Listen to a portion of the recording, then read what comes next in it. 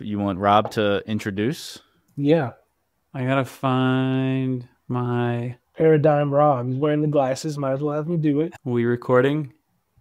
We are recording. We You are live. gonna go for it? Yeah, I can kick us off. Why not? Do the typical Dylan thing. Oh, Bobby Digital. Digital Bob. That's not as Digital cool, Bobby Bob. Digital. All right, so let's go. What's up, lifers, and welcome to the Daily Stand-Up. I'm your host, Rob Zambito, and I've got my co-hosts with me. Oh, should I have announced the topic? Oh, damn it. No, just you're doing fine. I'm so nervous. Oh my God, have you not been doing? What are you doing? Yes, I know. Should I just pick? All right. Just do it. Oh my God, just do it. I'm trying, asshole. All right. What's up, lifers, and welcome to the Daily Stand-Up. Oh, shit, I forgot the byline. You're overthinking it. You're overthinking it. Just I know, do I it. can feel myself getting red. Do it. All right, ready?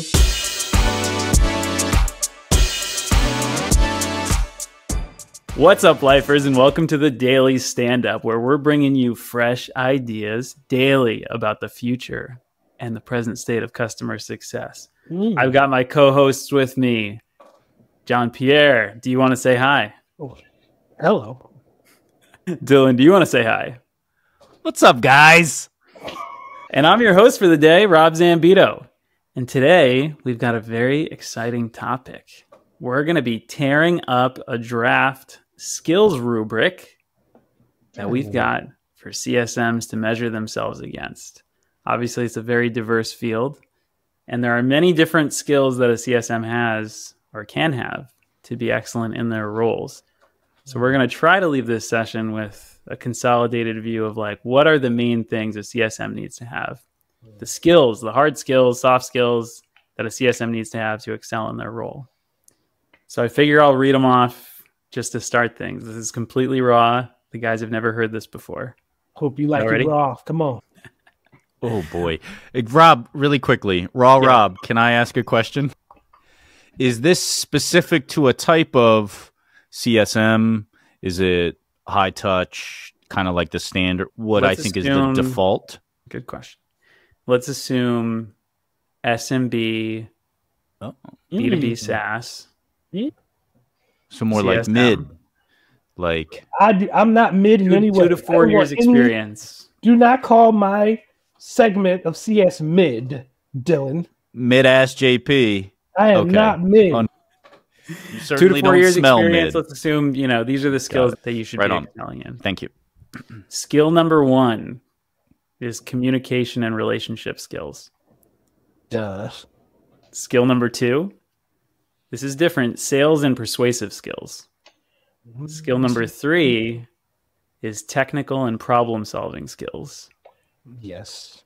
Skill number 4, data analysis skills, or data analysis, depending.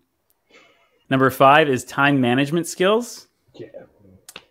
Number 6, organizational skills. Mr. Mid, you seem to be agreeing with me across the board, so I'm going to give it to Dylan. Oh, I love it. Yeah. What a bleep hole. So let's hear it. What would you add to the list? What would you remove from the list? What would you modify on the list? I think so. You guys know I am the resident Eeyore, the resident pessimist, and I'll start off with where I think I struggle with a list like this, and it's not specific to the list. It's more like it's part of why I asked, well, what sort of CSM are we talking about?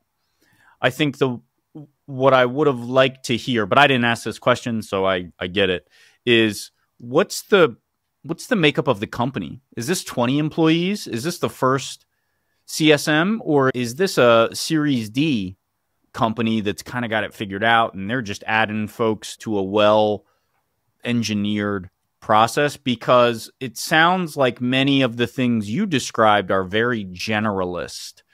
They're very much the CSM that's responsible for everything. It's a long and a broad list. And so I think, yeah, it all makes sense. I think those just make for a good person in general. You could say the same thing about a salesperson. You could say the same thing about a product person. I think communication, I think problem-solving skills, I think persuasiveness is key for every part of your life. And so there's a part of me that's like, well, yeah, I don't think you said anything groundbreaking. But I guess what I'd love to hear, maybe from you, but also from JP, is were those in a stack ranked order, like communication is by far the number one thing? I didn't think of them that way. Okay. But actually, that does raise a question as to which of these is most important relative to the others. Like, and I think you're right about the different stages, right? If I think of data analysis skills, I work with a lot of CSMs at really early stage companies. They don't have the data and they don't need the data to be good at their jobs. No. What I mean by that is like, they don't have the data because they're so young of companies that the data is like, it's minimal at best. They may have never had a renewal. So good luck building a health score that predicts renewals, right? Right. They may not need the data to be good at their jobs, right? They actually might be able to get by with all the other domains. But JP, what are your thoughts?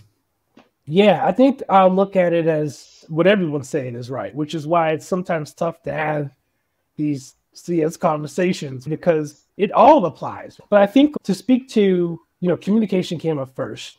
And what spurred this, we were talking about something else I was going to do. First skill that I thought of, right, is what a CSM would need is communication. Now, to just zero in on that, yes, Dylan, clearly communication, you need it in everything. You need it in your relationship, am I right? And your wife, happy wife. Am I right? Life. Am I right? I think what's important to understand is in the SMB, if we're talking about SMB and relative to, that means small to medium business, that means you're generally going to have a pretty girthy book of accounts. Oh, right? yeah. So you're dealing with some girth there in your accounts. And so the ability to be able to communicate effectively is going to come down to, it's not just what you're saying, it's the purpose of what you're saying. Because what we have to think about is there's a limited amount of time. How many emails do you get a day? Which ones are going to get prioritized or go to the top of the stack? In essence, with our communication, a deeper level is we're training the customer to recognize the value of our communication so that in the future, those lines remain open. You want to talk about, becoming a trusted advisor. That means, hey, I'm not just getting a BS email from you. This is what I think has to be different from sales. Like, oh, I can trust that what I'm getting from you is not just a sales pitch, but that there's a strong what's in it for me in the way that you communicate. And the other side of that I think may sometimes get overlooked is the listening aspect of communication. Because a lot of people like to talk, your boy included. I know I can talk until the roosters crow, baby.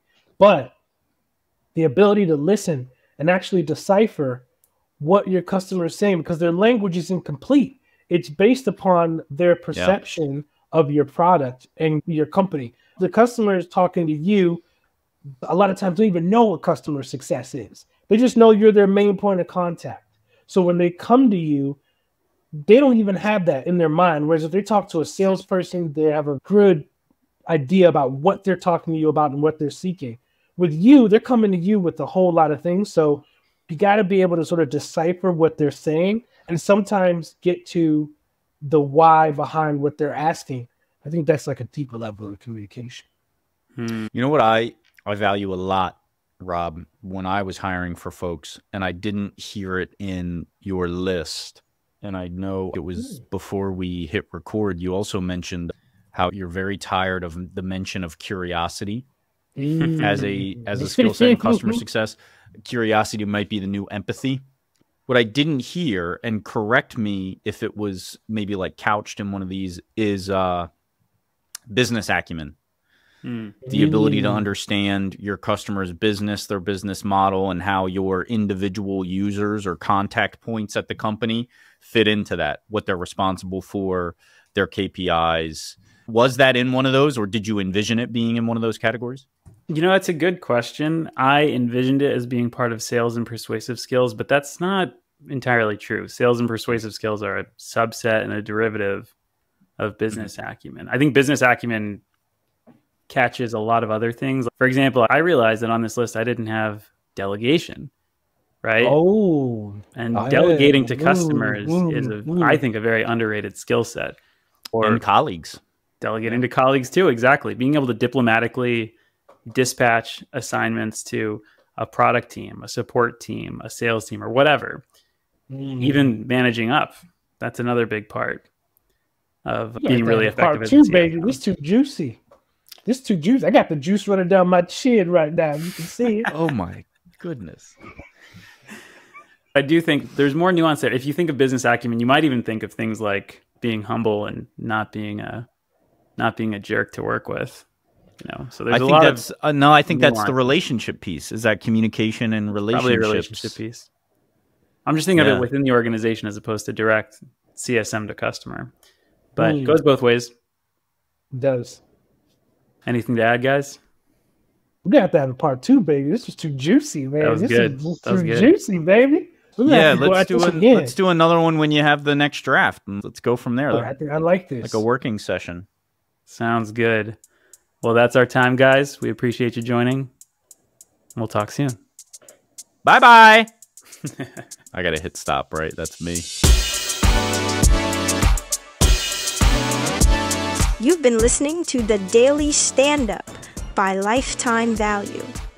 Please note that the views expressed in these conversations are attributed only to those individuals on this recording and do not necessarily reflect the views and opinions of their respective employers. For all inquiries, please reach out via email to dylan@lifetimevaluemedia.com.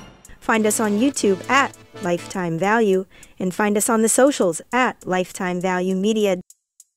Until next time.